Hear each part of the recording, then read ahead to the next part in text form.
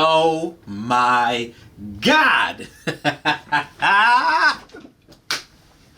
Did y'all see that episode? Did y'all see Loki episode 6?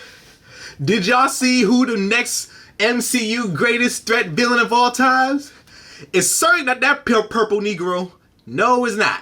It's certainly not that Negro. You thought his reign was threatening. Oh, man. Alright. I wish I could have had this video recording of my reaction because I was nerding the heck out on this part. Okay, so I was going to break it down to my brain. Just give me a few minutes to elaborate myself. Alright, so this was the moment that everybody was theorizing and talking about in the Loki episode 6. We were talking about who could be the final villain. Could it be Loki himself? Could it be Doctor Doom? Which sounds a little dumb and too early and stuff like that because Fantastic Four is at the end of Phase 4. But then we got closer and closer to time, and as soon as Loki and female Loki got closer to the door, when the door opened, who was it? It is, spoiler alert, and I'm letting y'all, this is a spoiler talk, so if y'all don't want to get spoiled, please leave. If you don't care, alright, that's on y'all. Kang the freaking Conqueror appeared. How do we know it's Kang the Conqueror? Because I think it was a couple last year that Marvel says they casted the guy who played Lovecraft Country, which is another great HBO show.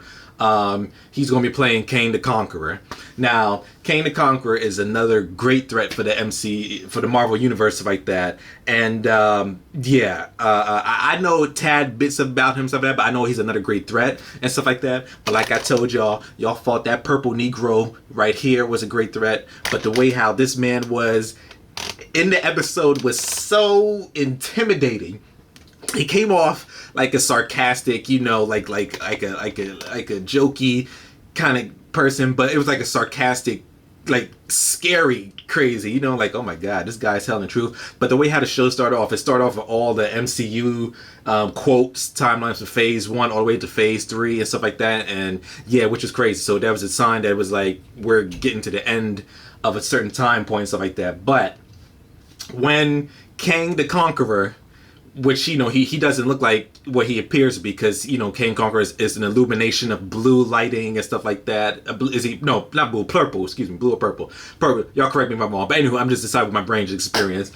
But then he was explaining to Loki and female Loki about how time works, stuff like that, because we know Kang is the killer and the conqueror of each different multiverse time and immortals, crazy stuff. Like, yo, man. But the way how this performer actor, I can't think of his name, but stuff like that, but he's a great actor, did a darn great job with Kang. And what's crazy is that female Loki couldn't trust herself, which is himself, which is Loki, which is kind of weird, and Loki fell in love with himself, which was weird but awesome at the same time.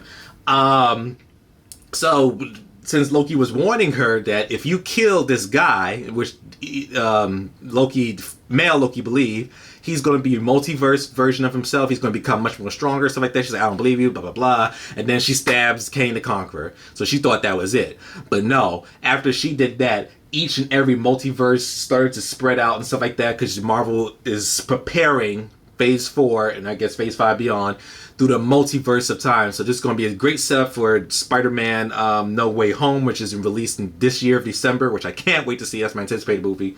And Doctor Strange Multiverse of Madness, which comes out next year of 2022, which is another great movie. I can't wait to see stuff like that. But I believe this TV show has this episode only has set up what the multiverse is going to be. Man, I was so stoked when I saw him. You know, my brain was going like nerding out, stuff like that. And then, you know, sometimes you got the regular general audience member like, oh my God, who is that? Why is he nerding out? Why is he, you know? But it's Kang the freaking Conqueror. Marvel, Kevin Feige, y'all are a genius. And I definitely cannot wait to see the possible future for the MCU at hold. You know, as we get older, mature, I don't know if it's going to stop until I'm 50 or 60. I don't care if I'm the oldest. That's how long the MCU, I believe, is going to be, stuff like that.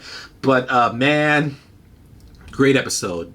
Great episode. I rate this episode a 10 out of 10. Sarcastic, crazy, setting up for the multiverse. Like I said, the whole show as a season, for episodes 1, 2 were great and interesting. 3 was kind of slow, you know, stuff like that. 3 or 4 and stuff like that. Episode 3 was a little slow for me and stuff like that, but it was still building up to something greater at the end and stuff like that. And man, the ending was worth it. I would rate this whole show.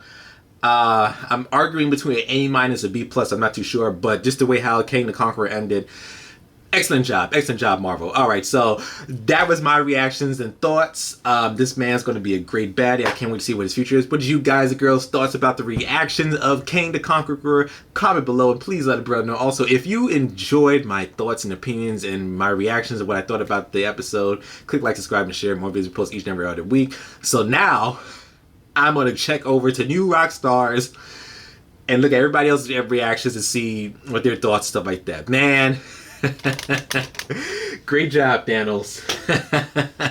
Oh, man, Marvel is going to be for a big, giant threat, man. This is Denzel B. Wren signing out. Woo! Pumped and with a bang. Woo!